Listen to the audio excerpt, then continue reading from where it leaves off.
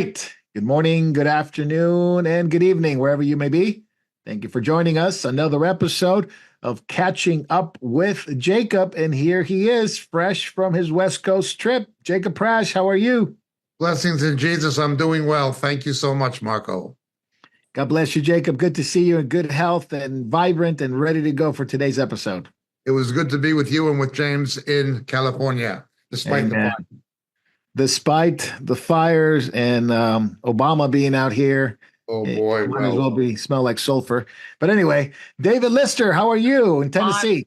I'm doing well, thank you. It's good to be here.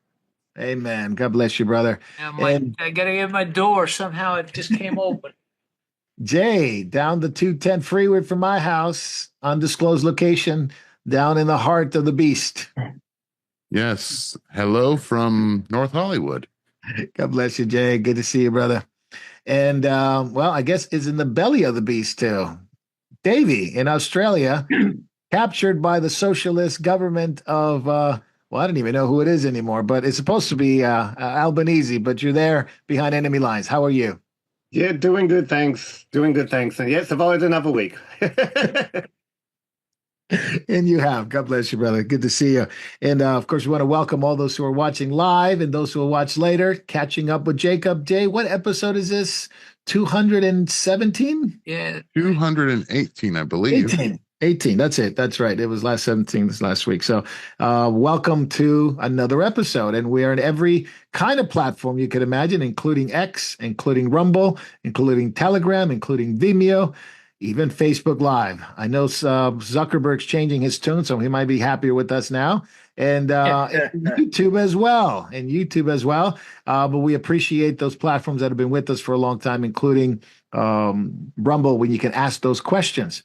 Well, of course, we're going backstage, and on backstage, you can send questions through the Rumble chat, and you can ask Jacob not anything you want. It's not an AMA. It's not Ask Me Anything, but it is biblical questions, especially about the episode and things like that. So welcome. We are on also our Memorial.tv is coming very soon, our website, and where you can be able to watch episodes like this. And of course, there's RTN, memorialtv.org. And I'm not sure if I miss any of them, but there are plenty of choices that you have to watch Catching Up with Jacob. And of course, we do have our podcast schedule, so we'll go there real quick there. Jay, you want to talk about our podcast and other platforms that they can find, including Moriel Chapel? First of all, I'd just like to say we're doing our best trying to alleviate some of the ads on Rumble. We are trying to basically tighten up the stream with Rumble so that there'll be less interruptions. But I just would like to mention, you can't chat with everyone. We're going to work on getting a live chat on X so that you will not only be able to watch commercial free on X, but also be able to chat with the other brothers and sisters watching on X. So that is in process. Also, as Marco has mentioned, if you have not already, all the Bible studies have been moved over and are streaming exclusively on Moriel Chapel on YouTube. So if you want to get the great lessons that we always have, be sure to subscribe to Moriel Chapel. And we will make sure that those are in the chats in both the YouTube and Rumble so that you can know where to find us. Subscribe today. Finally, the podcasts, again, great way if you don't want to buy a thumb or donate for a thumb and have it shipped. Great way to get the lessons. So many lessons free and available on our many, many different podcast channels. Please download today, save them for a trip. I'm about to go on a very long trip, and trust me, I'm going to be downloading some podcasts to listen to on my way to the various places I have to go soon. Very good. Jay, maybe we should send you with this one of our sticks, and you can take it along with you. So there you go. Thank you. Very good.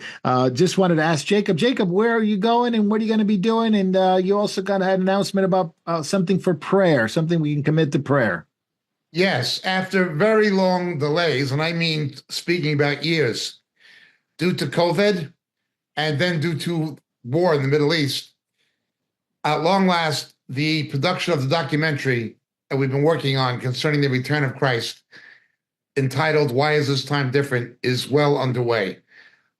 We began a preliminary production in Hollywood recently. We just finished a few days ago. We're looking forward to resuming filming in Europe and in the Middle East, in Israel, and in Poland, Auschwitz, etc. Then returning to Hollywood within the next month or so, and then it'll be post-production. But at least production is underway. Despite the fires in Los Angeles, we were able to get some work done anyhow, and there was also some health delays. But we've been attacked repeatedly, and one of the barometers that we use to gauge if God is in something is if the devil doesn't like it. And he certainly does not like what we're doing. So we would urge people to please keep it in prayer. We want to use it evangelistically and theologically to refute replacement theology and to equip Christians to understand the prophetic significance of contemporary events and what makes this time different than the other times in the history of the church when believers thought it was the close of the age and that the Lord was coming soon. So please keep the film project, in prayer. We have a good film crew now. We have a good narration crew team. We have pretty much everything we need. We've done the location scouting. That was actually done some time ago. But we're ready to keep moving ahead. Production is underway. So please keep it in prayer. I need to get this film in the can, ready to go out before I can resume or begin really working on the next book, Born in a Manger, Coming on a Cloud. So we're very focused on prophecy and on evangelism. Please keep us in prayer. Thank you, Jacob. Appreciate that. And I think everyone is very much in tune and attentive to the fact that this Why Is This Time Different movie, it's going to be a great, great blessing to the body of Christ. And of course, we'll keep you in prayer. Please keep Jacob in prayer. If you have any questions about it, how you can pray, you can email Moriel at moriel.org. You can find out more information about our missions and all the things that Moriel is involved, moriel.org. And you can, if you want to be involved by prayer, if you want to be involved by donating to some of the ministries there, some of the outreaches, you feel free to go through that. And there's many, many of those missions that are there. So praise the Lord for that. Davey, you got an announcement on the USBs, on the sticks, on the memory sticks. There are all kinds of names that we call them, but nonetheless, they're basically little external flash drive. Go ahead. Yep. Yeah, so if you would like to order one, the one we have on offer at the moment currently features 700 teachings by Pastor Marco Quintana. So if you would like to order one, just email me at Davy, D-A-V-Y, Rosengreen, R-O-S-E-N, G-R-E-E-N, @gmail.com. And we'll get one shipped out to you. And just a big thank you to Tony in the US, who is helping us to dispatch them in that part of the world, and also to Mike and David in the UK and for dispatches in Europe. So thank you, guys, for that too. Amen. Praise the Lord for that. That's really good. And yeah, and then of course, if anybody wanted to find out more information, just email and you know, regarding USBs. I think we're going to be working on in the future Jacob 2.0, right? One of the ones, Davey, that's a big project, but we did have it as part of something that we would like to do in the future. Yeah, we've been working on it for a while, so hopefully by April. So yeah, keep us in prayer that can get done and completed by April. Yes, by April. Oh, that's coming up. And the way things are moving, it will be very, very, very quickly. So the website's coming, USBs, different platforms. You got the movie coming out and people wanting to know and pray. So wonderful things are happening. Please keep the missions in prayer that Moriel's involved. Keep other ministries like our church, Community Church of Devore, Church of the Open Door, and not Church of the Open Door. What is it? What is it called? David's Dave Rossetto. Yeah, it is Open Door, isn't it? Yeah, Church Church of of the the Open Open Door. Door. There's one in Baltimore. And one in Baltimore. Please keep them in prayer. And Sandy and Elon and all the ones involved in missions and preaching and teaching, preaching the gospel and teaching God's word. So with all that said, Jacob Prash, let's catch up. Trump's first 5 days. And it's quite an amazing turn of events, as we'll talk about today. But I wanted to get your thoughts on the first 5 days. We'll go through the different things that have been going on, especially the ones that have been within the country regarding the immigration and the border. But I wanted to get your thoughts on the first 5 days, good, bad, and different. Essentially good, but there are some caveats. In any event, the first thing I would notice is the Democrats do not have control of the House. The Republicans have it very narrowly under Mr. Speaker Johnson, who actually is a born-again Christian. He's the highest-ranking saved believer in the United States government, and he is a saved Christian. Whether you agree with him all the time or don't, usually I do, sometimes I have not, but he's in a very difficult position with a narrow majority, and he is a saved Christian. He is truly a saved Christian. Secondly, Mr. Trump. Mr. Trump has moved very quickly and has impressed many people. I'm certainly favorable to the fact that he has pardoned these Christians who are recklessly imprisoned for anti-abortion activities under the legislation passed by Clinton aimed at pro-life Christians and pro-life activists. They've been pardoned, as well as a number of other people. The hypocrisy of the pardons given to the January 6 people is incredible. First of all, in the Antifa and BLM, but particularly the Antifa riots of 4 years ago that took place in cities like Seattle and Portland, Democrat-controlled cities, as well as the Twin Cities, there were no arrests. There were no arrests for people who attacked police. These people from January 6th, even those who engaged in uncivil activity and were engaged in confrontation with the police, have been imprisoned without bail. I would say illegally and unconstitutionally, not given trial. They've already served a heavy sentence. Hence, to make a comparison, the way the left-wing media is whinging and screaming about how can you let these people go after they attack police? At least they got arrested and they served time for what they did, and were over-sentenced. When you're going to arrest the people who did what they did in Seattle and Portland, but the Biden administration did nothing about them, and the Biden administration and the mayor of Washington, D.C. did nothing about those who had the riot in front of St. John's Church, basically, and in Lafayette Square on back of the White House. So there's that blatant hypocrisy. The second blatant hypocrisy is Mr. Trump said he was going to pardon these people. He campaigned on it and said what he would do, and the majority of voters voted for him. Yeah. He voted for his policy, as opposed to Biden, who lied, and lied again, even giving preemptive pardons to the Biden crime family and to the real January 6 criminals who should be criminally prosecuted, including Liz Cheney and Adam Schiff and others. Those people are the least people to complain about presidential pardons when they were given pardons for crimes in which they were not even formally charged, after Biden lied through his teeth to the American people saying he wouldn't pardon. So the hypocrisy in the dual standards are what you'd expect from such people. Thank God that CNN and MSNBC are having ratings declining, all the Nielsen ratings. May it continue. The other thing is the Democrats do not control the House, howbeit it's not a big majority, but they don't control it.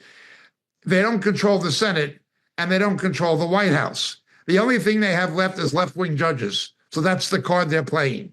They've already begun to make moves against Mr. Trump's efforts against anchor babies. That is the only thing they can do. The other cancer is, of course, the rhinos. Mitch McConnell, Collins of Maine, and Murkowski, the rhinos. These people are truly, truly a carcinoma in the national epidermis of the country that need to be excised. I hope that there will be a primary election challenging both the candidacy or the nominations as candidates of Collins and Murkowski. These people need to be gotten rid of. They're worse than Democrats. They're an internal cancer, and we know whose side they're on. Again, they're Democrats pretending to be Republicans. They're rhinos. Yeah, absolutely. And I wanted to we'll visit one of these, every one of these subjects, Jacobs, as we go, because there's some good things, and as you said, there's some concerning things. And we'll go to Very. Dave quick. David, the visit to North Carolina and to California, right off the bat, and calling for emergency response power back to the states, which is a very important thing to get away from the craziness and the inefficiency of FEMA. What do you think about that? Because I mean, it went right to the heart of what people have been feeling. It went to the heart of Western North Carolina, East Tennessee, obviously very close to where you are, and of course here in California to the loss and the loss of property because of the fire. But I thought it was an interesting visit right away. What do you think? Well, you'll always find Mr. Trump like on the day or the day after going to disasters. Even when he first went to North Carolina, he showed up with truckloads of supplies. Met with people individually. That he's just a caring man, and this is what he did. And now he's headed your way. Okay. You'll be here. And he's coming out there at the same time. The governor there said, "Oh, this is just a show." But I think Trump is coming with long strings and fact checking and reminder of how much he told you what needed to be done. Simple things like proper forestry, filling up your reservoirs, making sure your hydrants work. But Yeah. Mr. Newsom cut, I believe, maybe $100 million out of the state's budget for fire prevention, and I think the mayor took 17 million of that of LA, and so now we have 50 or 60 square miles of LA burned, and I hear San Diego's trying to compete. Yeah, the fires haven't stopped. And so if Yeah. anybody's aware of the news, yeah, it's in the north part of LA and it's in San Diego. I mean, we got some friends that live toward that area, ministry friends, and they were concerned, but they were put out, thank God. But it is something that it's ongoing. And I know Trump's going to bring some facts and perhaps even, make common sense ideas that California is really angry with Newsom. But I like the fact that Trump is trying to address something that the Biden administration completely dropped the ball. I mean, the people in East Tennessee and North Carolina, Western North Carolina were completely left out. And even with the snowstorm, FEMA left and they left them there. Literally, they left them in tents and to deal with, and they died. Some of them passed away. Yep. 4 months since the hurricane dropped all this water. And what was FEMA's response and the insurance? Oh, you don't have flood insurance 2,000 feet up into the mountains? Oh, sorry, nothing we can do. The crazy thing, it wasn't even required at one point, and now, so I want to go back to Jacob. Jacob, what do you think about the deployment of 1,500 active duty troops to the U.S.-Mexico border? I mean, it is looking like a war zone now, and it is rightly so. It's been, but it's just never been addressed with the cartels, the gangs, especially at the border with the child trafficking, drug trafficking, women trafficking. It's been an absolute nightmare. I don't live too far from the border. It's well known here. People just don't talk about it on the news because the news are unbelievably irresponsible. But what do you think? This is actively duty now. 1,500 border troops in the border. Tom Homan hit the ground running. It is perfectly constitutional for the president, as commander-in-chief, to order federal troops to the border in order to protect the border. However, under normal condition, it is a civilian police, it is the border patrol, and so forth, that should enforce border security. Why is the military being ordered there? Well, quite simply, it's because of the cartels. These are heavily armed narco-terrorists. They have control of automatic weapons. They have intimidated the government of Mexico by being a significant armed force. Therefore, it is appropriate for federal troops to be deployed to the border. That if they're fired upon by narco-terrorists, they will fire back in a military situation, not a mere law enforcement situation. So I certainly agree with what the president has done. But I'm more impressed by the roundups that are taking place. Most notably in Boston so far. But of course, it's early days, and this is only a very early phase of what needs to be done.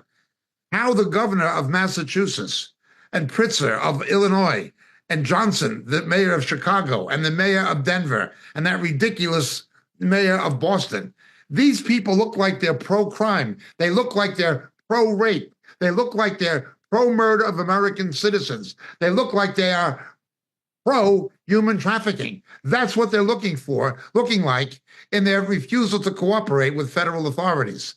There needs to be legislation where local, state, and county police need to report all illegal aliens to the federal authorities. They should be required to report it to the federal authorities by law. I am looking forward, if they intervene, I'm looking forward to the governor of Massachusetts and the mayor of Boston and of Pritzker and of Johnson and of the mayor of Denver being taken out in handcuffs and federally prosecuted. Yeah, I mean, if they get involved, I mean, they've been put on notice. They've definitely been put on notice. And the raids in sanctuary cities, Jacob, not only Boston, Chicago, in California, there's other places that haven't been reported: New York, Florida, Maryland, Minnesota, Utah, Illinois, obviously Chicago. David Lister, ICE is very busy this week. Federal authorities reportedly are going into law offices of immigration lawyers who are themselves illegal. They're going into apartment complexes. They're going into townhomes because these things were being run by Tren de Aragua or other Mexican cartels or gangs, and they are very, very busy. Yep. Well, they're going after the worst of the worst. And, if the people that Jacob mentioned would cooperate, they could get the worst of the worst out. But what's happening are some people that are bystanders, happen to be in the same neighborhood and same rooms as this. They're getting swept up in this, which is the ones that the Democrats actually want to try to protect, the innocent ones. But they're going to be taken up. So their very actions, it's only making themselves supposedly look good that they're trying to protect the innocent and everything. Something that Democrats are good at modeling, the lie. I mean, the same senators that voted against rape and of women and the Lincoln Riley Act of that, all of them. So, and are the same ones that voted against the Born Alive Act. So you see that they seem to love death. Yes. And they seem to love oppression of the weak and the innocent by their actions, which they believe make them look good. And this is really something that people should remember. We have to remember their real actions because, look, if we are given this respite and being able to correct our nation and put it back on a sound footing, Ben Franklin's warnings to us from 250 years ago, you have a republic if you can hold on to it. Yeah. We better hold on to it, or if they take power again, it will be anger and revenge. Yeah. 460 criminals apprehended in 33 hours. Jacob, the question was, well, how did they apprehend them so fast? Well, they knew where they were.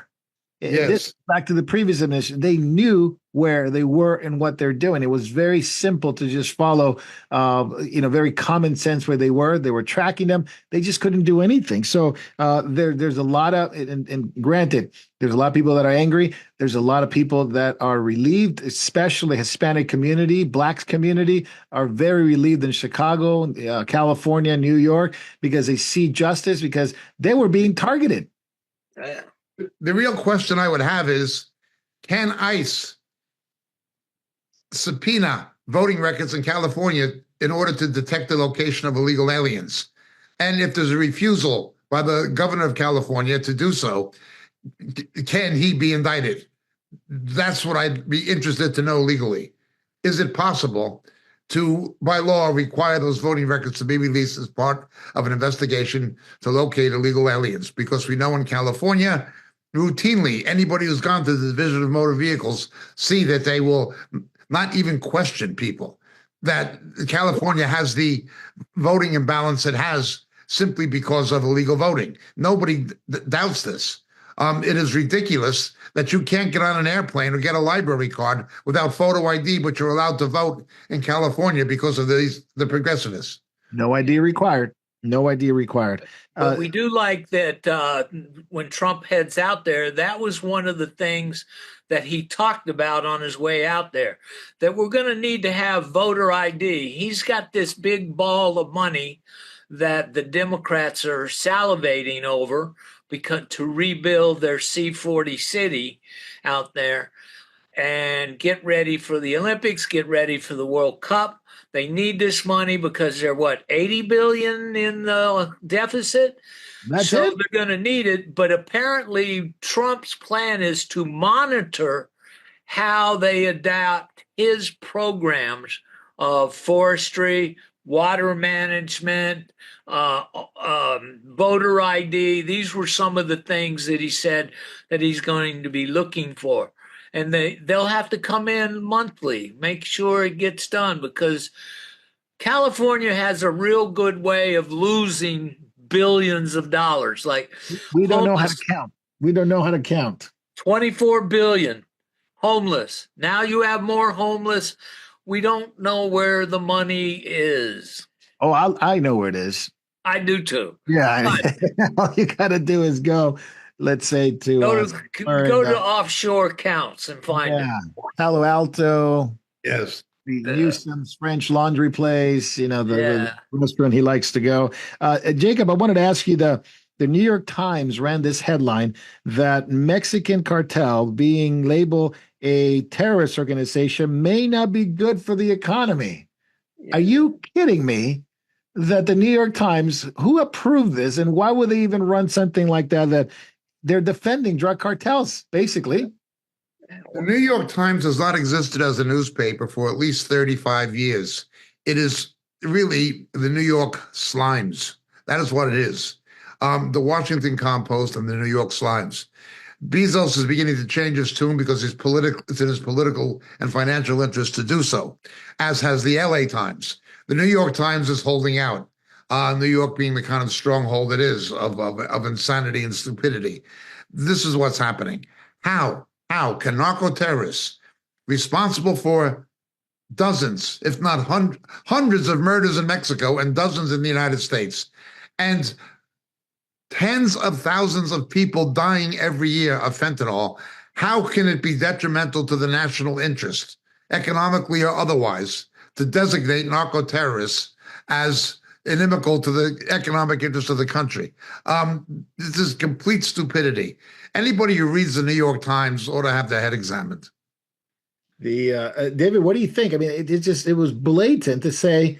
I mean, are they literally saying that we, Democrat governors and mayors are economically benefiting from the drug trafficking, from the cartel, and the child trafficking and human trafficking? Well, when you have vice going on in a city, the city always takes its cut. Bring in gambling, they cut out the mafia running the numbers. Legalize gambling, legalize drug, pot trade. Pot, 42 billion in sales last year in the United States, contributed something like $4.5 billion in taxes from the sales, but yet don't have the banking. So the money is running around as cash, so I'm sure nothing is being done illegal with all that cash, but this is the problem. These guys get involved with the money and it's disappearing, and drug business is a cash business, and throughout the world there's a $300 billion cash drug business, and that money floats to various places. Like it was even said in Mexico, that I don't remember how many people died before they finally got to the current president. Something, what Mm. was it, like 31 candidates died? I can't Yeah, quite yeah, just to yeah, they all to these get to candidates her. for the election before she won. Yeah. Yeah, and so this money floats around, and they run whole states. The cartels run whole states. This money that's the way that this drug trade is going to be. Trump is going to go after. I mean, this money that gets put into the economy, they're going to be able to trace. And the same thing up there in New York. It's the money gets there, they'll find it into the rich people's pockets some way. And if they can Yes. RICO it, find how it gets there. And plus, let's face it, the CIA has its hand, and they pay the Not the newspapers like the New CIA. York Times. Not You the CIA. Yeah, I mean, Doing this your your forever. your your old hometown in Nicaragua. You guys Cuba, had a little Nicaragua, thing Puerto Rico, called like Panama, the Chile, Ecuador, you name it, they've done it. You name it. contours, Yep. and they built up Arkansas by running all that cocaine drug money. Going Unbelievable. back to the Vietnam era, in Yeah, the time period of Air America and what was covertly known as sweet rice, the CIA were the biggest heroin traffickers in the world. Yeah, yep. absolutely. Jacob, I wanted to ask you about Pardon Gate. And what I mean by that is you have two issues of pardon. Here's what you have: Trump pardoning 1,500. Just I think six of them got 1,500 got just unconditional pardon. I think six of them was a lesser one, but more or less 1,500 were pardoned from the J6 prisoners. They were called hostages, rightly so, and they were released, and Trump pardoned them. On the other hand, right before Trump took office, Biden left with a preemptive pardon of the J6 committee. And it was an open pardon, meaning that it was weird. They'd have nothing wrong, and then yet they were pardoned. So their question, the legality, we'll start there, Jacob. The tale of two pardons. You got the J6 hostages, and you got Yeah. the committee. If there's no conviction or no indictment with an admission of guilt, there should not be a pardon. A pardon, acceptance of a pardon, is an effective admission of guilt. Essentially, this needs to be challenged constitutionally in court. I hope it goes to the Supreme Court. People like Liz Cheney and Adam Schiff need to be brought to justice. It is ridiculous to give people a preemptive pardon. It is absurd to give people a preemptive pardon. What it basically is, it's like the Roman Catholic Church selling indulgences, a permit to sin. That's what it is. Why is Liz Cheney not being brought to justice? Why is General Milley not facing a court-martial and the prospect of capital execution for treason, if not at least death in Leavenworth? Why? This is completely unjust. It's not even logical. What you have is presidential clemency being misused in a way for which it was never constitutionally designed. Right. Much the same as anchor babies. That was designed to prevent Black Americans from being denied citizenship in the aftermath of the American Civil War when slavery was abolished. The anchor baby law is being completely misused for something other than which it was intended. Courts should interpret the laws, not make them. And you need to go back and say, why was this law made? But you need honest jurists, constructionists to do that.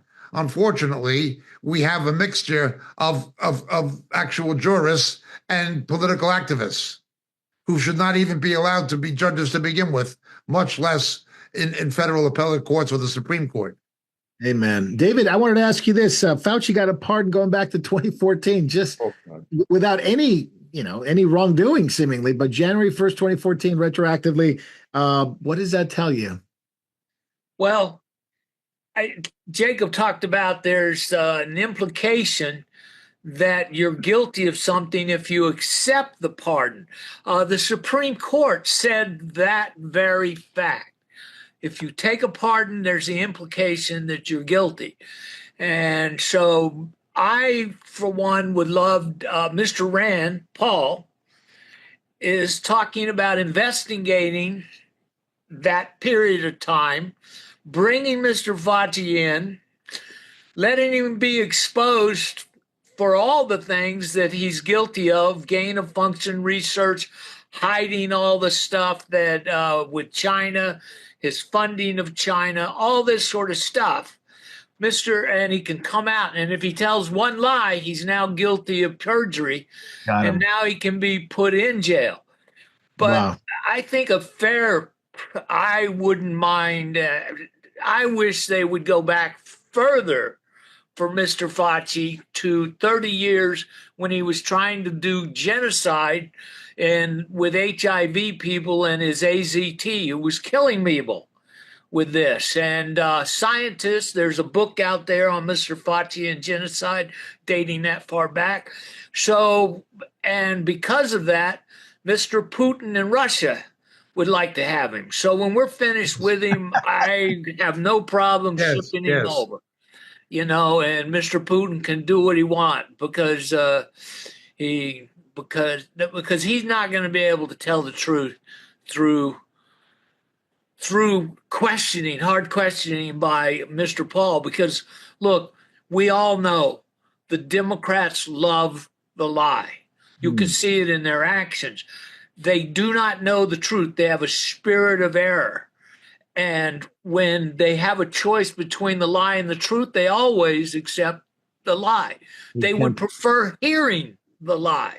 Yes. And so because of that, they probably will not be able to tell the truth, even though under questioning, when you've had a pardon, you have to tell the truth. You cannot take the Fifth Amendment. You won't be incriminating yourself, but you'll be telling the world what you did.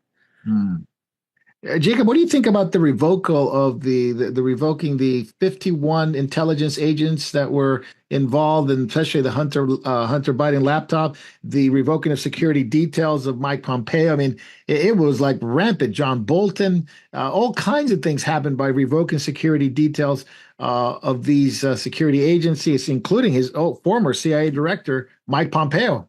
And Brennan, your favorite, Jacob. My only disappointment is I would have liked to see, if possible, criminal prosecutions of both John Brennan and of Clapper. Clapper certainly for perjury. I would like, before Congress, I would have liked to see criminal prosecutions as well, but I otherwise fully agree with withdrawing the security clearances of everyone aforementioned. I'm very disappointed in Mr. Pompeo. One time I actually liked him, but I have misgivings about him, both in the fact that he professes to be a Christian, but his marital situation is not in biblical order. And secondly, John Bolton, who was a rhino and a Bush vassal and a neocon, which is another term for pseudocon, or better, not neoconservative, but neocon artist. I don't like Mr. Bolton. I don't like Mr. Pompeo, unfortunately. I wish I could. He had many good qualities, but overall, I agree with withdrawing their clearances. Bolton never should have had one. After he was fired, he never should have had any kind of. Yeah, Bolton's really upset that they called him up at midnight, right, David? They called him up. 12:01 said, "Oh, you no longer have limousine service or security detail." I wish they had sent the FBI over there with guns, knocking on the door to notify him. Yeah, just that April Fools, we're not here to arrest you, just to let you know you don't have. That would be justice for what's happened. $2 million a month it was costing. It was crazy. All these guys had that stuff. What do you guys think about the MLK, JFK files being open? And Pompeo was one of the ones that was keeping it from being open, but now Trump has bypassed that. They're going to be open. I don't know exactly how much we're going to know. It depends on what's redacted, what's not redacted, what's the judges are going to allow. But Jacob, what do you think? It's been a long time coming. It has, but there is still full pages, paragraphs, words, sentences, full pages that are redacted or that are edited out. That are blackened out, deleted. Much like the Nixon transcripts of the Nixon tapes. They just deleted what I don't think we're going to know the truth. about the Kennedy assassination, particularly the JFK assassination. I don't think we're going to know the entire truth about any of them, but particularly not about the JFK assassination. They will put out things that some people already know, including the Kennedy Library. JFK Library in Boston already know that stuff. Kennedy's family already knows that stuff. So it's out there. You can even find it on the internet what they're going to put out. I want to know what they're hiding and why they're going to keep hiding it. How much of that stuff can still be pertinent to national security after all this time and the Cold War being over? I don't think much of it. There must be a political reason not to publish all of it.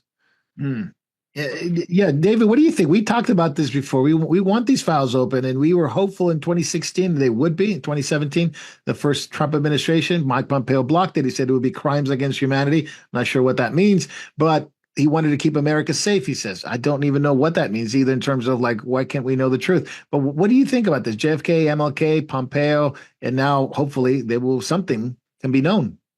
Well, from the beginning, when I was a young man, I got to watch the Warren hearings on black and white television back then, and my dad was very tuned into it. Bought the book and read the book, and basically used a slang word for cow manure when he finished it.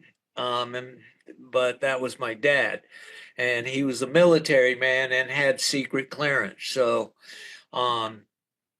even he was upset, but we do know the CIA has done terrible things throughout history.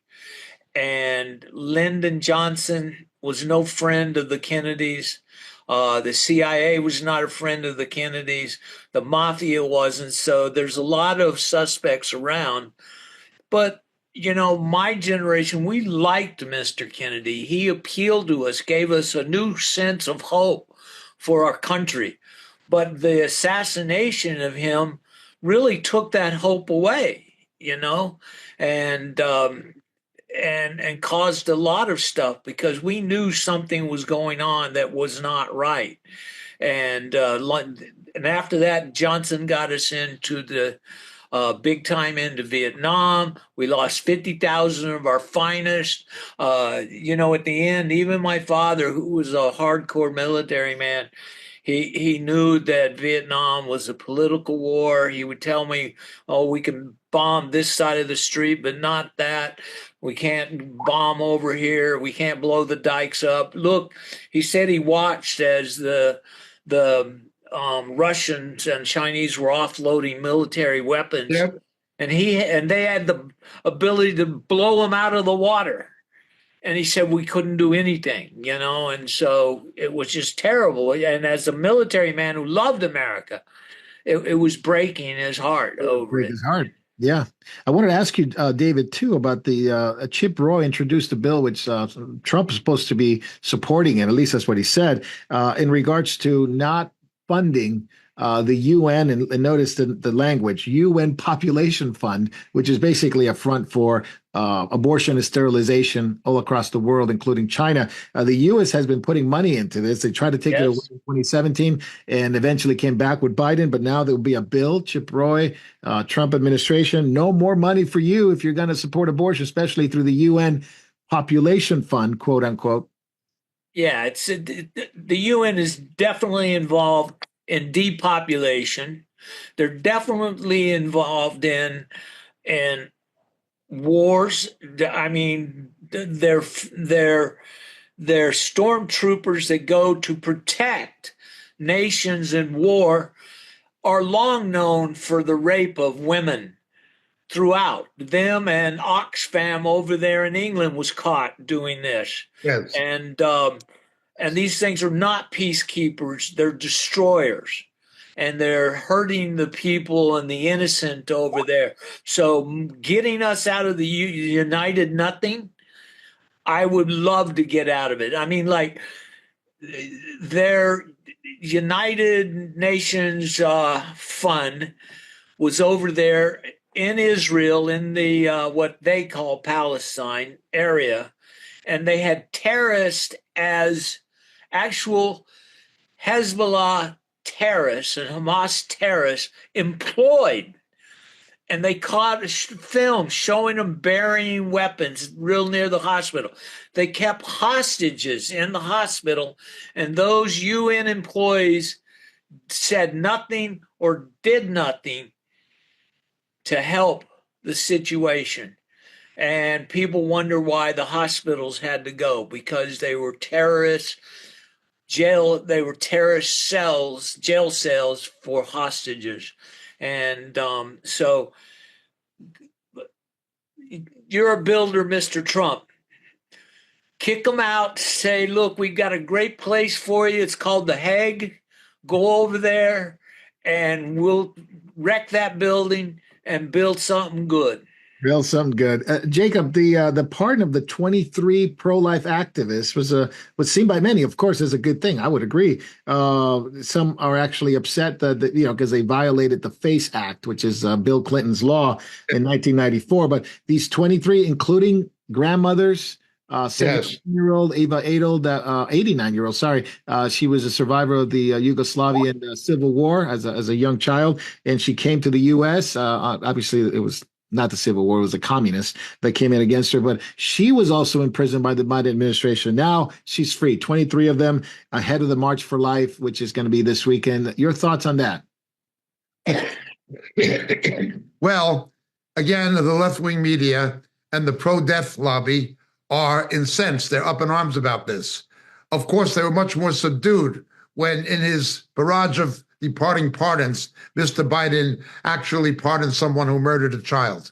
And when Mr. Biden actually pardoned somebody who murdered a police officer with a family, they had no problem with that. It's only grandmothers protesting the abortion of babies who could survive outside their mother's womb. Then it was an issue. It's just incredible, David. We look forward to, of course, Pam Bondi having to deal with some of these cases and what they did to these pro-life.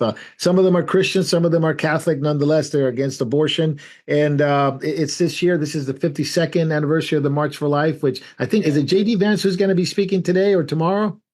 He was on today around 11 or 10 or 11 Eastern time.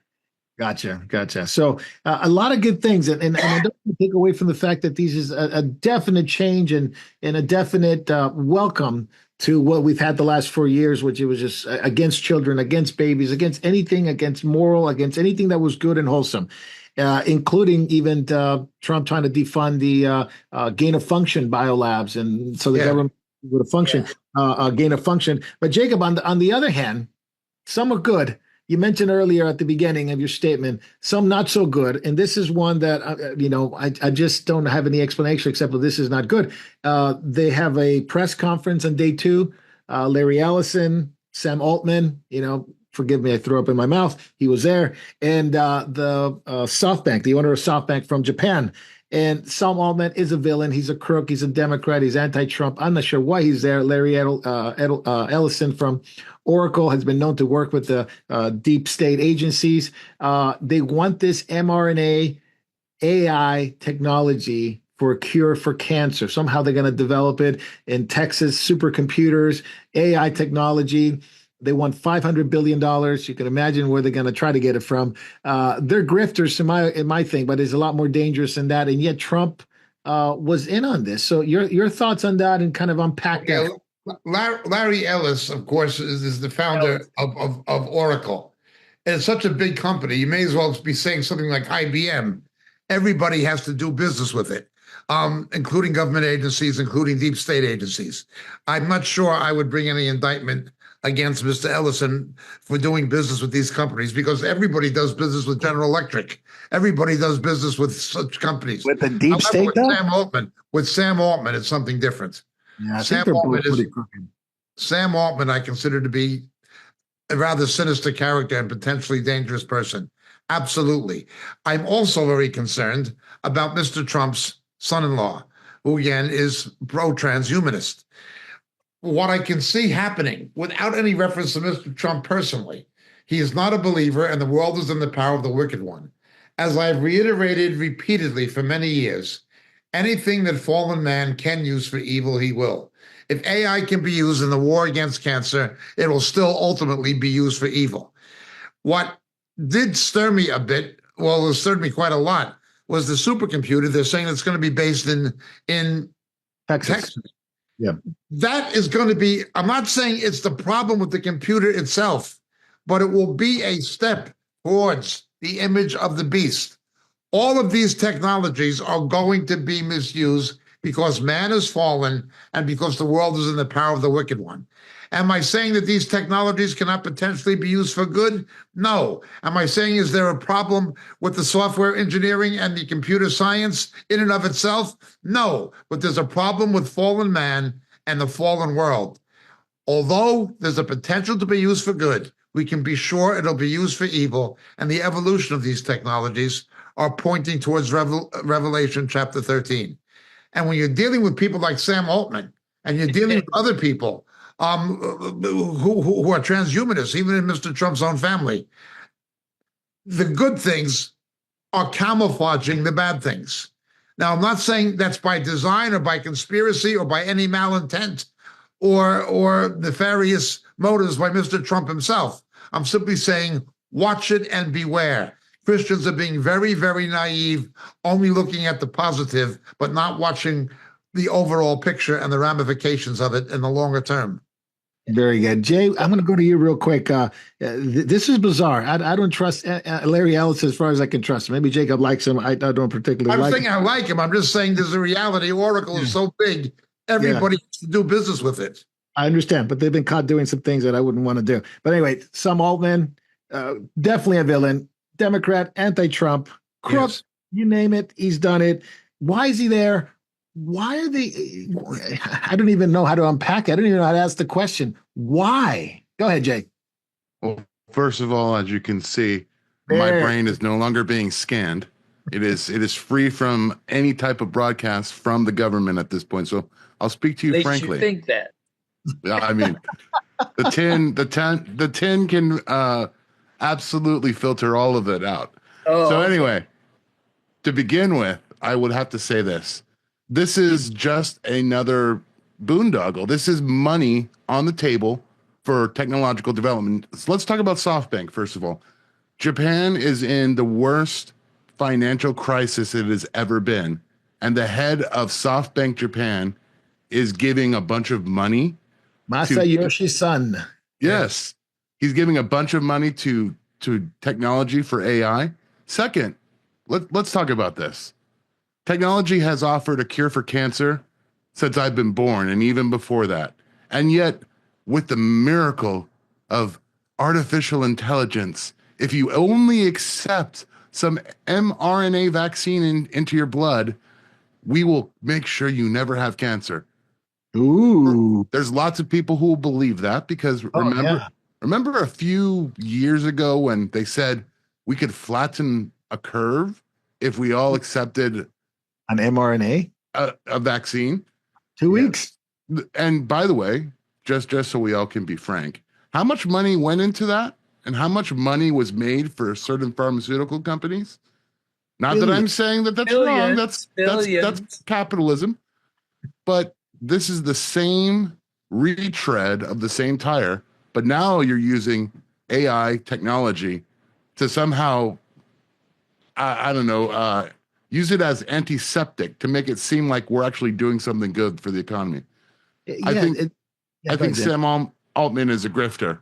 He's finding a way to get money out of Trump or the government, as he always does. That's what he does. He's not a humanitarian? He's a humanitarian, much like probably Satan is. You know, Satan wants to pander to everyone's personal and individual dreams and hopes, but at the same time, he wants to use your personal dreams and hopes to drown you. Yeah, wasn't he Altman connected with LinkedIn guy, Reid Hoffman? And wasn't he in some island that we can't say on YouTube much anymore? He was, he's on that list of a certain island that he was found in. You mean the list that they're still not releasing to us of all the people that enjoyed a beautiful Caribbean vacation? Yeah. Yes, I believe they were. Yeah, how come Mike Pompeo knows that list and he wouldn't tell us about it, right? He knows Of about it. course. He's on the list. Oh, Jay, I think that hat must be preventing some waves coming into your brain. But wasn't Sam Altman also WorldCoin trying to get you a UBI, Universal Basic Income, if you scan your eyes and you go on this world database and you get That's a quick right.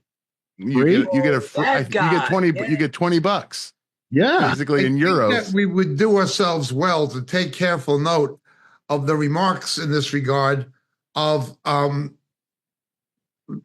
inventor of the biogenetic engineering used in messenger RNA. Yeah, I'm going to get there, Jacob, for sure. Yeah, Robert Okay. Malone. Yeah. Okay. I'm going to ask you that question. I'm going to ask you a question, but I Okay. just want to finish about Altman because the idea, of course, I'm going to go to Davey real quick. Davey, there's a collaboration, and forgive me for my naivety. It's dubbed Stargate, but what it is they're massive scaling up of data centers, right? And speed development of AI, $500 billion, and to develop cancer cures. Is that the front? Is that the front of the store? But what's behind it? It's something more sinister. Yeah, I do believe. I do believe it is the front of the store.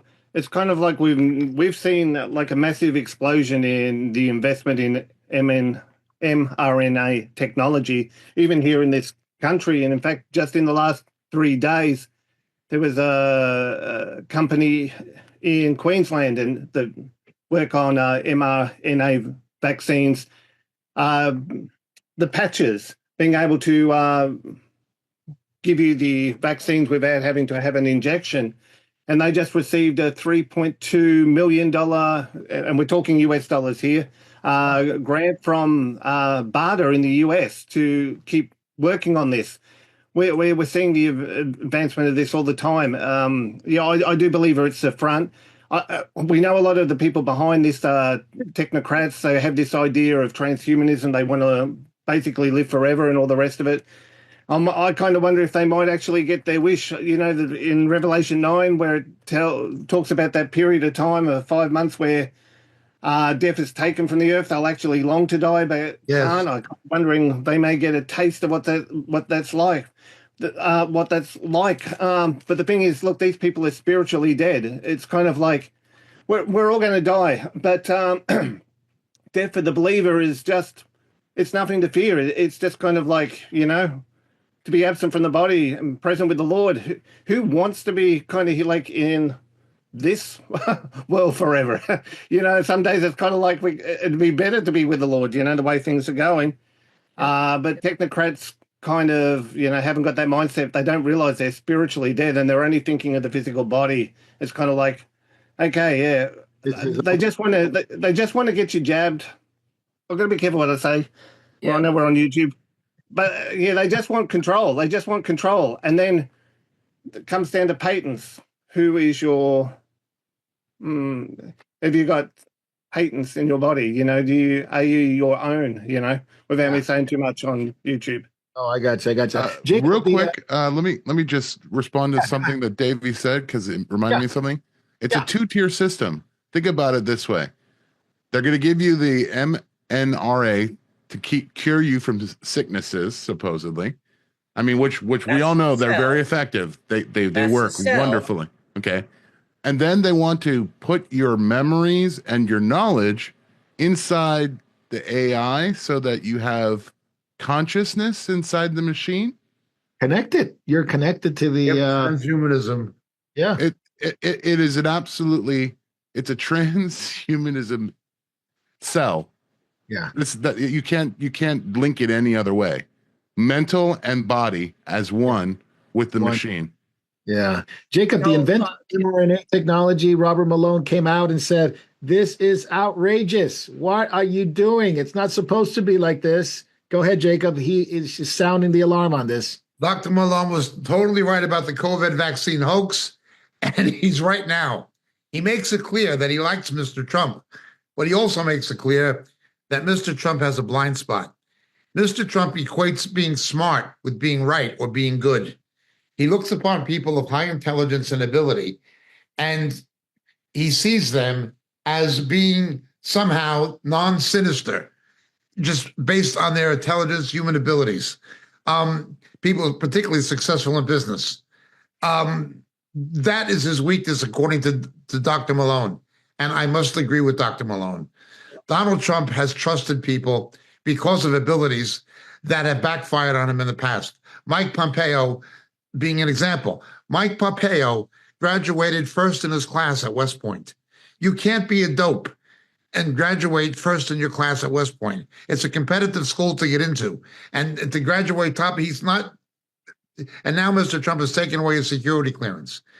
Dr. Malone is absolutely right. Mr. Trump has a penchant for trusting people he ought not. We saw that repeatedly in his first administration, and unfortunately, we're seeing examples of it again, most notably Sam Altman.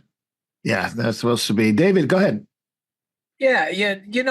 Before we got away from this, can you imagine, Jacob, in our day, the faith healers and everything would have a little radio wire here and they would do a little game to heal people. Yes. They got information from one magician named Randy Brooks exposed that. But can you imagine people uploading their information within AI and everything, and the ability of people to tell these people, yes, to seduce them? Oh, you need to come in for this. You need to come in for that. This could be used in so many wicked spiritual ways. Yeah, especially when you add the demonic element to it. With all this technology and information. Jacob, so what do we make of this? Trump goes to the World Economic Forum and fantastic speech. I mean, we heard a little bit about it, returning back to a country having its own directive, its own infrastructure, its own industry, and sort of independence. Forget globalism; doesn't work. Called it a green new scam. yes. EV cars don't work. People need to have a choice, and yet he's involved in other, we would say, sinister stuff. And while the World Economic Forum is pushing along to censorship and transhumanism and AI, there's parts of that bleeds into the Trump administration. So I could see why Christians are concerned. I could see maybe sometimes an overreaction to these things. So what are your thoughts on that? Mr. Trump, like Mr. Nigel Farage in Great Britain, are populists. By definition, populism is the antithesis of globalism.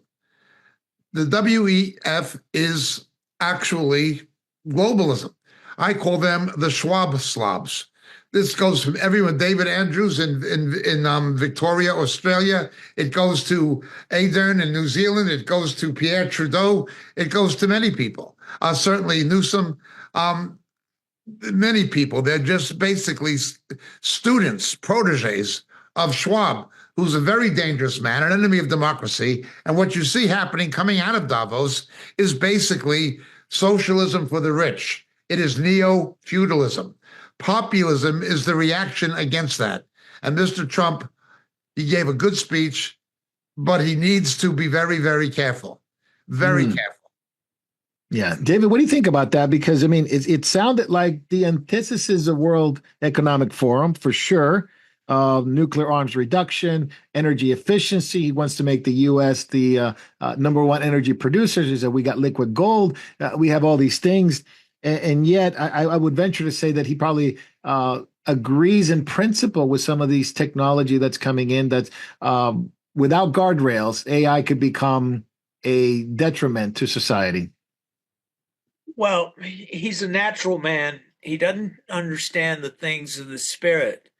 And so he's getting knowledge, and his knowledge is from an unregenerated mind. So he's limited that way, which he doesn't understand.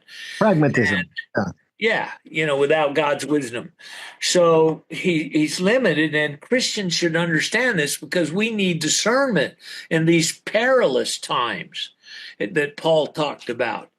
And so for him, we need to be really praying for him that he wakes up from this stuff, because he caught so much flack over the vaccine, and then he kept promoting it for a long time. Now he's dropped it.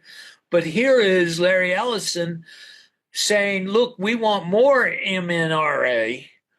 Okay, he should be saying, okay, if he was smart, he would be saying, I got to make sure that doesn't happen. And so he's going to have to put handcuffs on a lot of this stuff, because I know that he's just thinking as building up everything, making America strong. We can use our power to create world peace. We can use this to do this good thing. And he sees that he wants to use Bitcoin and all these other coins to make America a superpower with this. Well, we got people in Qatar, they want that baby. So this is interesting that that's happening. So it's money, it's wealth, it's building up America to make it the manufacturing center of the world, the AI center of the world.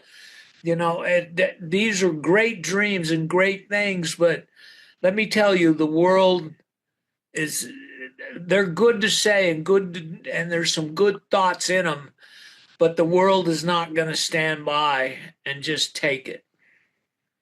Yeah, that's one of the things that it's really interesting, isn't it? While at the same time, AI, according to the World Economic Forum, will liberate men, will sort of liberate men with knowledge and induce all these wonderful things that we don't know.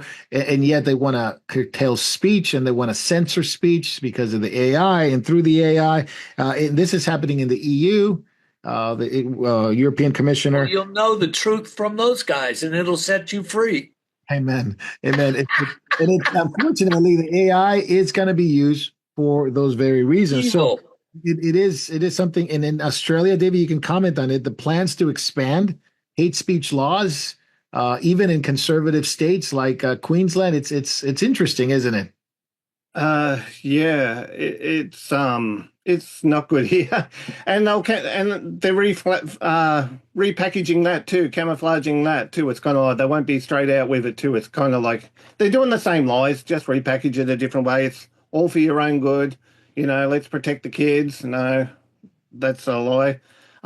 Even the anti-Semitism laws at the moment too. The way they've been handling or not handling the anti-Semitic attacks here in this country has been absolutely appalling. So there's censorship laws concerning things like that. They're going to be applied to Islam too, but you can guarantee it's going to be, the Islamophobia stuff will be enforced, to the letter. But no, you can still firebomb a preschool center and get away with it here. Yeah. Even the New South Wales Premier, Chris Minns, was talking about that promise to legislate and to expand these laws and to strengthen them. And, he wants to get away from vilification and anti-Semitism. But as you explained, Eddie, these things are hardly ever applied that way, more about Islamophobia than anything else, right? Exactly. Yeah. It's kind of like these things sound good to the public. The way they dress them up and put them to the public, might sound good, and people get sucked in. The gullible Australian doesn't got their brain switched off. They're just brainwashed by the media.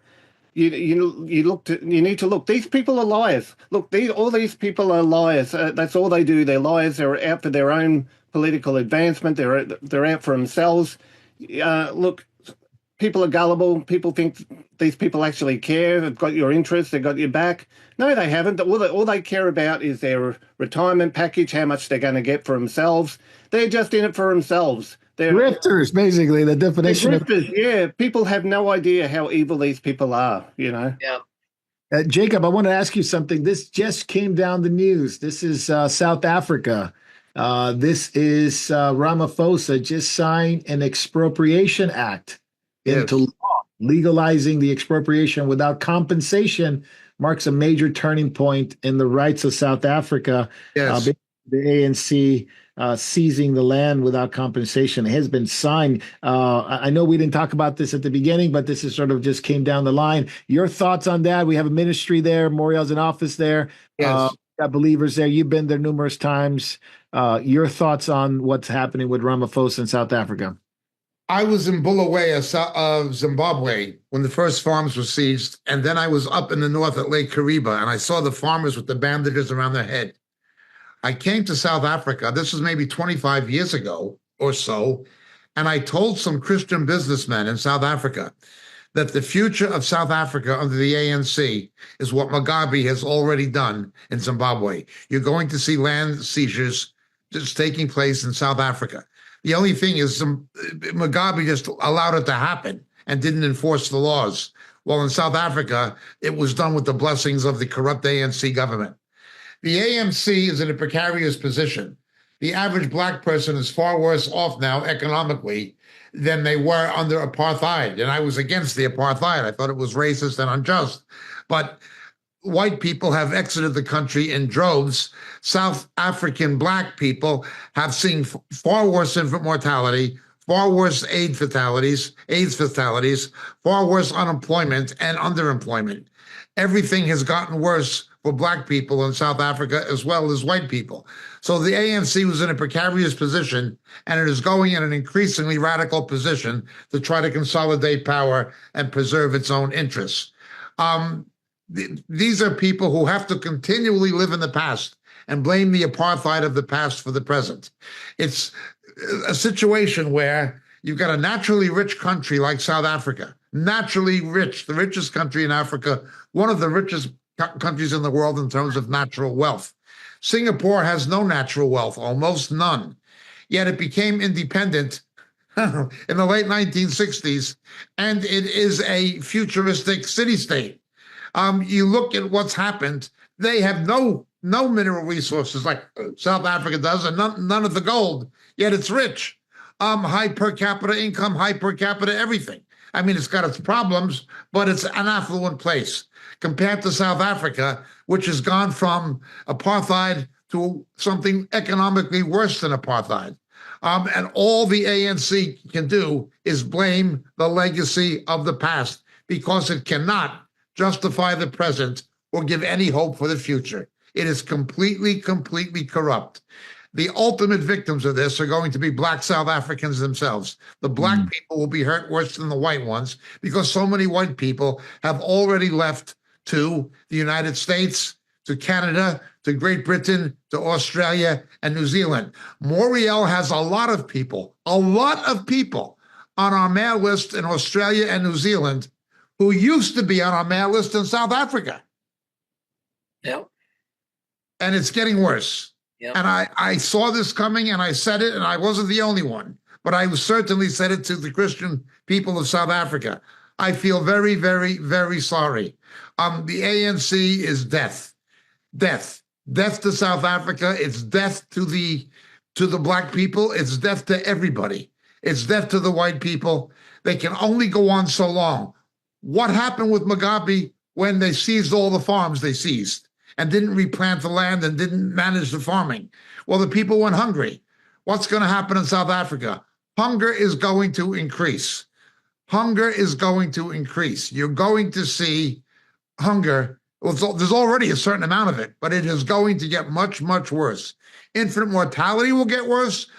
Black longevity will decrease, and more white people will leave. Yeah. David, I wanted to ask you, the Ramaphosa said this is going to be for public interest, changing the wording from public use to public interest. And what he defines public interest is to correct historical injustices. And I said, this is what There you go. And he says they're going to expropriate, of course, this type of land, residential, commercial, which would include all kinds of commercial, even churches, industrial, and farm. So I don't know what's left, but I guess maybe government buildings are not. I'm not for that. But everything else, it will be and can be expropriated. Okay, so now I got this. Government will take private property from everybody and then somehow disperse it for the good of all the people. Is that the plan? Basically. It sounds like Marxism. Yeah. Does it ever work? No. I mean, when they first started taking the land from people, the corrupt bureaucrats all got the great land. Yep. And the poor people got the bad land, where you couldn't grow anything. So that's part of Jacob saying, well, they can't get food because they've got crummy living conditions. So it's just another plan that won't work, but they'll sell it as a good thing. Can you imagine being in power for 25 years and still blaming the past, Yeah, historic injustices. that's all they got. You know, Yeah. it is like those who want to create a permanent underclass of Black Americans and prevent upward mobility by perpetuating a victim mentality and want compensation for slavery, even though there's nobody alive whose grandparents were even slaves, let alone them. I mean, this is the same mentality. Yeah. If I may, real quick, yeah, Mark, go ahead, let bro. me ask you a question. So, I'm sorry, I'm confused. So, for the sake of historical injustice, we're going to enforce modern day injustice That's Correct. right. to balance it out. For the Two public. wrong, make a right. Got it. Yeah, sorry, I was confused. Yeah, Yes. you got to keep up, Jay. So illegal occupations, government refuses to deal with squatters, land declared public interest, owners stripped away of their property. And by the way, they won't give them a what they call fair market. It'll be based on historical acquisitions, current use, and other socioeconomic factors. So they won't be fair compensation. Whatever compensation they get, they don't have to do it. So it So is like if the land was when the Zulus were worth $1 an acre, yep. they'll give them $1 an acre. Say, oh, this is what it's worth because that's when you stole it. History of acquisition. That's right. That's right. Jacob, I wanted to ask you this before as we finish. Trump's supposed to meet with Putin very, very soon regarding the war with Ukraine. Zelensky's upset because the U.S. is intervening and having to meet with Putin, which he's already known about it, that it was going to be, extensive talks regarding peace. He's not willing unless he's happy with the results. Your thoughts on, and can we see something soon? It's gone far too long. 1 million people have died already on both sides. So your thoughts on that? Russia has had tremendous casualties. Okay? Russia has had tremendous casualties, and they do not have the national motivation or any kind of a patriotic sense to continue fighting the war. It's very much like what happened when you had the Vietnam War in the United States. The motive to fight the war was just not there. To what end? To whose interest was it serving? Certainly not the national interest in the perception of most people. So he's got this. Secondly, he's got a brain drain. Thirdly, he's got an economic basket case that's getting worse. The ruble is almost worth nothing, less than a penny. And when the Americans bring natural gas and oil onto the market, you're going to have a 20 to 30% drop in oil and natural gas prices. This is going to hurt Russia even worse than any further tariffs or penalties or embargoes. I think that's Trump's. And he knows it. Additionally, he's got a demographic problem, an aging population. This war is preventing him from concentrating on the things that he needs to give Russia a future. They've got a demographic problem. The only sector demographically that's growing in Russia are the Muslims, basically. He's going to have Chechnya. He's going to have fragmentation of Russia itself. He has to face the fact that he lost the war, that they lost the Warsaw Pact. They lost the Soviet Union. They lost the CIS. And now Russia is the next thing to fragment. He's got to face these realities. He can't live in a delusional world. And again, without Mr. Trump doing anything other than drilling for oil and releasing natural gas and allowing for fracking and building the Keystone Pipeline, that is going to hurt Russia. What Russia is getting by now by the skin of its teeth is selling unrefined oil to Russia and to India and to China. When that goes, he's going to not be able to continue this game. Russia's economy is seemingly doing well simply because of wartime production. But what it has done to inflation, what it has done to interest rates, what it has done to the rest of the economy, it cannot just go on. This is to say nothing of the fact that there may be other NATO countries who will continue to supply the Ukraine. My fear that Mr. Trump will make a compromise he shouldn't. He should not allow Putin to keep any of the land, 20% of the land that he conquered. The deal he should make is this. Look, we will lift all embargoes. We will lift all embargoes. We will try to partner with Russia in developing its own oil and natural gas interests as we had before the war. We will do everything we can to lift all of these restrictions so you can rebuild your economy and cut your defense spending. We will do everything we can to work with you. And we will give you the following concession. One, there will be a complete demilitarization of those eastern provinces of the Ukraine that you've captured. Secondly, we will veto any membership of the Ukraine in NATO. Ukraine will not be in NATO, and there will be a demilitarization of those border provinces. The Ukraine will return all captured Russian territory. There's not a lot of it, but there's some. And Russia will return all Ukraine territory, including the Crimea. That is the deal he should make. That is the only deal he should make. But there are enough incentives in there for Mr. Putin to negotiate. He should not give Putin any land, but he should give him back the land that the Ukraine has captured in Russia, and he should give defense guarantees that there'll be no NATO membership of Ukraine, and there will be internationally supervised demilitarization of those eastern provinces once Mr. Putin returns them. Putin has still lost the war because you've got 740 miles of new border with NATO because of Finland and Sweden. So he's already lost the war. If his incentive, it was in part to stop NATO from moving east, he's already caused a situation where that goal backfired right in his face because of Finland, who don't like Russia anyway. That is the deal. He's in a vulnerable position economically. He's in a vulnerable position demographically, and he's in a vulnerable position strategically. All Mr. Trump has to do is make him an offer. Look, you can end this. We can let you rebuild your economy and concentrate on the things you need to. Because if you don't do it, Russia itself is going to go into fragmentation and almost third world style level of poverty.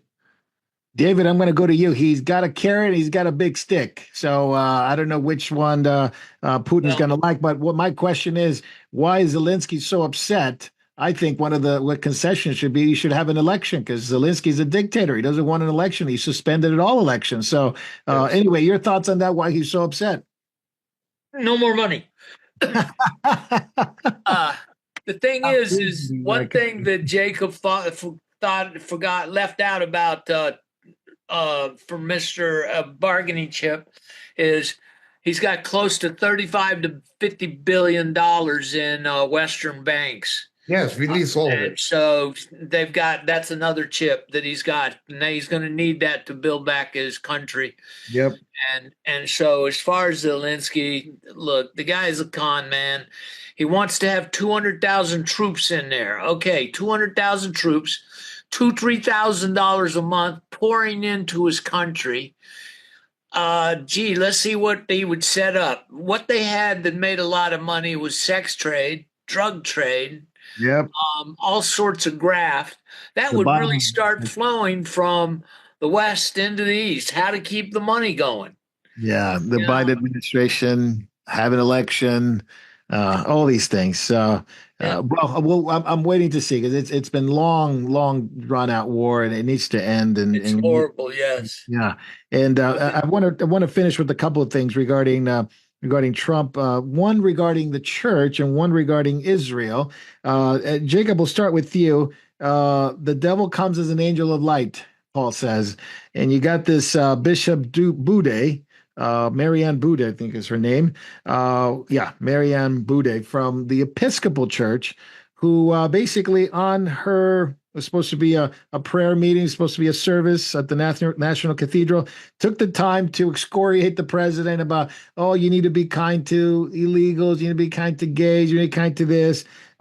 Basically, she should be excommunicated from this because she basically slammed everybody who disagreed with her. Now she's a celebrity going on The View and CNN. But your thoughts on the Episcopal Church, as far it's gotten, obviously it's connected to the Anglican Church. That's what they call it here, Episcopal, on the National Prayer Service. The Episcopalian Church is a ridiculous joke in itself. much the same as the Church of England under Justin Welby and the other archbishops, going back to George Carey, are a ridiculous joke in Britain. The best thing the Church of England and the Anglican Communion in the developed world can do for the cause of Christ is drop dead. Now, there are some conservative evangelicals in the Church of England, in the Anglican Communion, let's put it, in Africa and elsewhere in the third world. But in Britain and in America and Australia, it's largely dead. It should not even exist.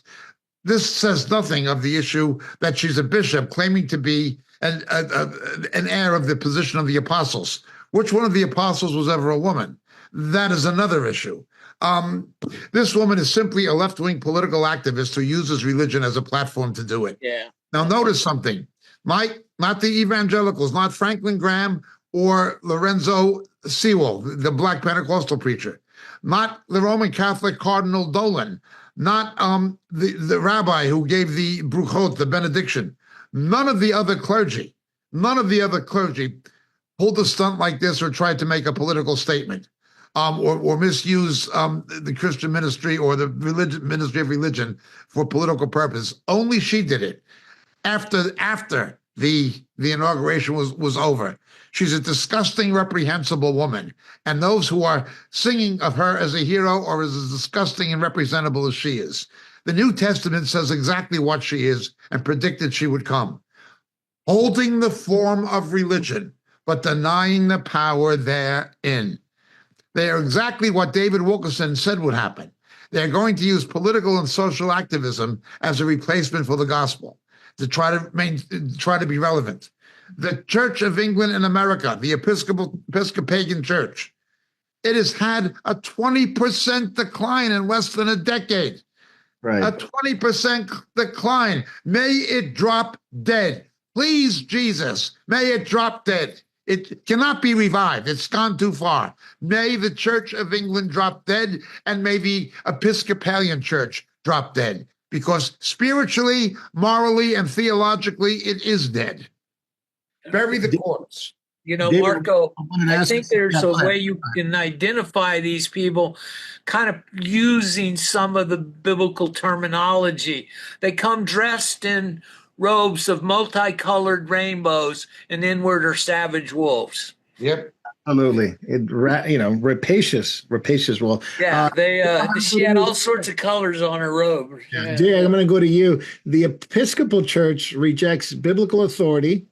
They obviously go for pluralistic and inclusivity outside of the gospel, and social justice is their focus. So this is their claim to fame as Christian doctrine for the Episcopal Church. And Ms. Boudet actually believes in racial equity, gun violence prevention, immigration reform, full inclusion of LGBTQ plus people, environmental stewardship. This is all she talks about. This is all her books are all about. None about the gospel, none about the Bible, none about Jesus, or at least her Jesus is some kind of racial equity EDI guy. So anyway, go ahead. I mean, she obviously hasn't read the Bible. When we're talking about strangers within a land, at least in the Old Testament perspective, these are people who have accepted the doctrine of being a Hebrew. They don't worship their gods. They don't do the deeds of the world. They become included. When it says don't oppress the sojourner, the foreign sojourner among you, that means that they become part of the tribe. That means they've accepted everything. That means you do everything you can to become a citizen of the country. You abide by the laws of the nation. You can't be against Solomon's laws and then just come in the land. The Midianites did that. They would steal the harvest, take it for themselves, and then burn the fields. That's called raiding. That's called pillaging. Yeah. They have to accept the God of the Jews too. Of the Jews, yes. Which means you can't have LGBT inside of a church. Because that doesn't go with biblical values.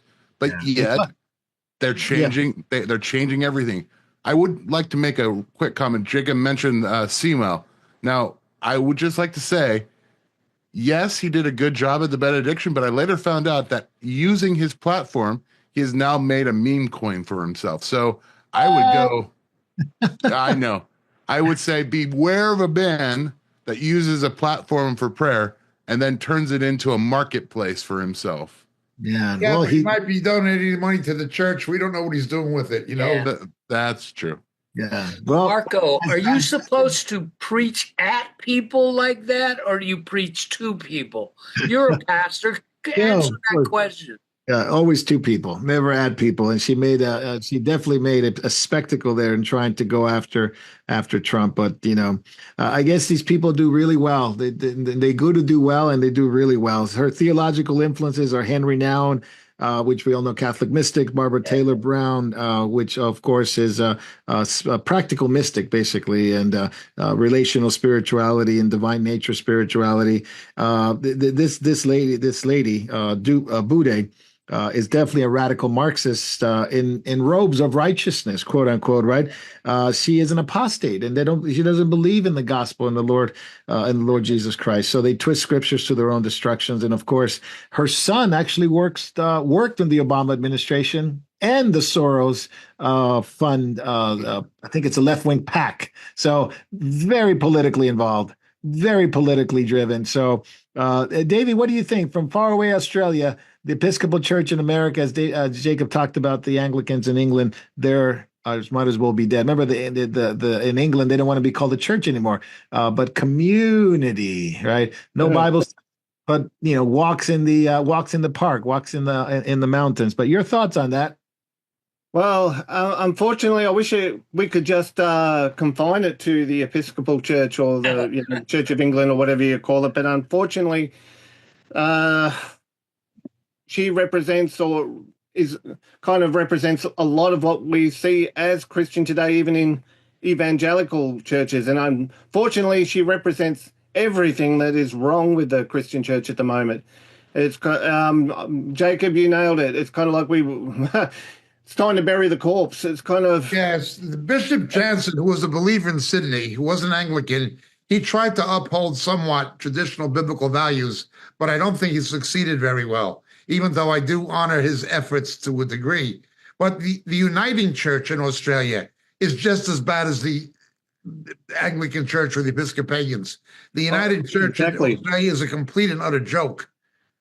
Totally. Yeah, Marco got to see that firsthand when he was here. We passed the Uniting Church in Warrnambool, and just their signs, Black Lives Matter. It had every woke slogan you can imagine on the building. But it is disheartening to see. Look, they're not the true church. That's for sure. But what a witness and a testimony, even to the Trump family, who are not believers, to say this is Christianity. Is this really what you come to church for, to hear this garbage? You see the eye rolls? You see the eye rolls and the faces is like, what is this? They're supposed to be church, right? And notice she had the bandeau too. She had the butch man haircut. That always seems to go with them, Yes. Yeah. I want to finish with this real quick. The Trump administration. Jacob, we got to finish with Israel and Trump in the Middle East. A quick analysis of what we could see in the next few months, because he's very concerned with what's going on in Israel. Obviously, some of the Ben Gvir and his party, the Yehudit party, the Otzma Yehudit party, left the coalition. So there is some turbulence there with Netanyahu, but he's definitely trying to bring some kind of stabilization. You have some of his cabinet that it's going to come in, like the UN ambassador Elise Stefanik, which refreshing to hear when she asked the question, you think Israel has a biblical right to the land? No hesitation, absolutely. Peter Hetzek, same thing. Mike Huckabee, same thing. So at least you got people that are pro-Bible in terms of the Jewish understanding of the land. But your thoughts on what's coming and the part of Trump's cabinet and his administration coming in being pro-Jew based on scripture? Okay, let's understand something. Israel's domestic problems politically. Mr. Netanyahu's culpability for what happened October 7th, that happened on his watch, was put on the back burner simply because of the war and the hostage situation. There are those who say it's time to put it on the front burner once the hostages are released. And this is taking place within the Likud, within his right-wing coalition partners. That is the first thing. Second thing, there are those who are beginning to get nervous that Mr. Trump will make certain concessions that he's pressed Mr. Netanyahu to make certain concessions that would better have not been made. Hamas must be destroyed. It must be obliterated. It cannot have the power that it had as the government of Gaza, and neither can the Palestinian Authority. The challenge is what is going to be done with it. If Mr. Trump was wise, he would rely on Mr. Huckabee and on Ms. Stefanik, and he would rely on those who do not have a vested interest. He is fixated on pursuing the Abraham Accords. Yes. Every Christian should be leery of the Abraham Accords. I'm not saying this about Mr. Trump. I'm simply saying the Antichrist and false prophet will bring a false peace to the Middle East between Jew and Arab. It'll be a false peace, but they'll bring it. There can be no lasting peace in the Middle East until Jesus returns and is accepted as the Messiah. Again, I'm not in any way trying to bring an indictment against Mr. Trump or question his motives. I'm simply saying we have to observe what's happening in light of biblical prophecy. Be very careful of the Abraham Accords, which are the centerpiece of his Middle East policy. Yeah, from my understand, Jacob, not only the Abraham Accord, but Kushner as well as Trump do believe in a two-state solution. They believe it's a solution to the problem, that basically the age-old idea. And hopefully some of these new people in his cabinet and his government, which don't, by the way, they don't think it's a two-state solution. The reality. This Stepanak and Governor Huckabee both believe from the river to the sea, Israel. From the river to the sea, Israel will always be. They accept Israeli claims to being the indigenous people of the West Bank. And their view of a two-state solution does not include forfeiture of the West Bank necessarily. So there may be a division of opinion even within Mr. Trump's own administration. Even Mr. Huckabee, was touting in an interview the other day on Fox about the Abraham Accords and pushing them forward. And also, I've never been a big fan of Mr. Huckabee because he falls for a lot of false religion, hyper-Pentecostalism, and things like that. I do know he loves Israel. He, from a standpoint, they're biblical and Jews, and he would like to see him saved, but I don't know his wisdom as far as the helping Mr. Trump. Yeah. And the other issue, it's in Australia, and I wanted to ask Davey this because we've been getting a lot of information, a lot of news regarding the Jewish community in Israel, how they've been targeted at not only synagogues in different states, but recently they had this, I think it was in Queensland, a conference. Davey, you want to talk a little bit about that? I thought it was fascinating and very interesting. Not good in the fascinating part, but just how fast things are moving. Wow. That the clips that I've seen that got leaked out from that conference are absolutely mind-blowing and horrifically disgusting and anti-Semitic to the core. The crazy thing is this was supposed to be, combating anti-Semitism. It was as anti-Semitic to the core. Of course, they always pick a self-hating, self-loathing, Israeli person to get up there and bash Israel, to try and legitimize their cause. Now, as I've been looking into it a little bit, there's a group here called I'll try and make sure I get the right name, the Jewish Council of Australia. Okay.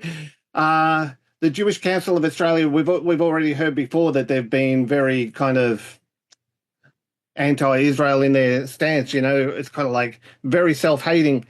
But they were set up in consultation with the Australian Palestine Advocacy Network. They work hand in hand. Now, the Australian Palestine Advocacy Network, or APAN, they've been behind a lot of the protests that we're seeing. We're also finding out a lot of these protests are getting funded. They're getting overseas funded. Of course. Hezbollah and all the rest of it are funding these protests. On Sunday, I believe, instead of the No Australia Day gathering or that kind of thing, but they're going to have an anti-Israel and an anti-Australia Day protest. So the anti-Semitism and the anti-Australia thing go kind of hand in hand, which is kind of interesting. They go on about the occupiers calling Israel an occupying presence when they're the indigenous people of the land, and yet they're protesting Australia Day because, the indigenous people of the land, it's their land, we stole it from them. Okay, well, that it just doesn't make sense. That my head goes tilt when you try and think of their reasoning. They're just unreasoning animals here. But the thing is, the attacks are getting worse day by day now. Yeah. We had the firebombing of a childcare centre in New South Wales. Every day we wake up and there's a new attack because the government is doing nothing. Disgusting as it is, even though petitions went out, people were pleading, do not send her, do not send her. Penny Wong is going to the 80th anniversary of the Auschwitz anniversary. I actually say that's 81 years too late. She should have been there 81 years ago. We're sending our most anti-Semitic politician over there. What a disgrace! What a slap in the face! Yes. But it is really getting bad here. I would actually encourage reaching out outside of Australia. Contact Israel. Nothing's been done about the anti-Semitism here. We actually. I will give credit to the New South Wales. At least 2 arrests were made for, one firebombing incident. So 2 arrests have actually been made, which is better than the Victorian police, which have actually done nothing. The Victorian police numbers are continuing to drop. People are exiting them en masse, and I can't say I blame them. But they've done nothing here. But my plea would be to Israel. How about let's have a pager sent out to the protesters. Let's have a pager 2.0 for 2025. I'm making light of it in a way, but in some ways I'm not. I'm actually kind of serious. Look, the government's not doing anything about it. We need to appeal outside of this country because the Jewish people here are in danger. It's not just them, it's believers. But it is getting way worse, and it's not going to be long before we see deaths because of this. They're targeting kids now. Incredible. And Davey, you mentioned last time that you wouldn't be surprised if you start seeing Australian Jews making Aliyah, which is it's really been almost non-existent in terms of Aliyah from Australia to Israel. Yeah, well, I actually do know of a family at the moment who is very much considering that. They're Jewish believers in Yeshua, but because of what we're up against here, they're seriously thinking of it. It's kind of, and I don't blame them. It's getting to the point where this government doesn't care about anything about its people, yet we've taken in more Gazan refugees than any other country. It's just bringing the Middle East right into our backyard. We're faced with it every day. These attacks are going to get worse and worse. At least in Israel, they will protect their people. Here, we've got a government that is pro-Palestinian and, one-sided. It's kind of like... Yeah. And yet they want to shut people up, right, with the crazy censorship laws. And this is the thing, you can't even talk out about it because it's Islamophobia. Yeah. And you're going to use the anti-Semitism laws to do this. Yeah, to reverse them and actually punish those who actually bring up the reality of what's going on. What a world. Well, there's a lot of stuff, and man, that we covered a lot of ground. We got questions. Jacob's got answers. Go to Backstage. We won't be on YouTube or Facebook Live, so go to the other ones, specifically Rumble if you want to ask questions, X, Vimeo, Telegram, and we'll stay with the other ones as well. So God bless you guys. We'll see you in a few minutes.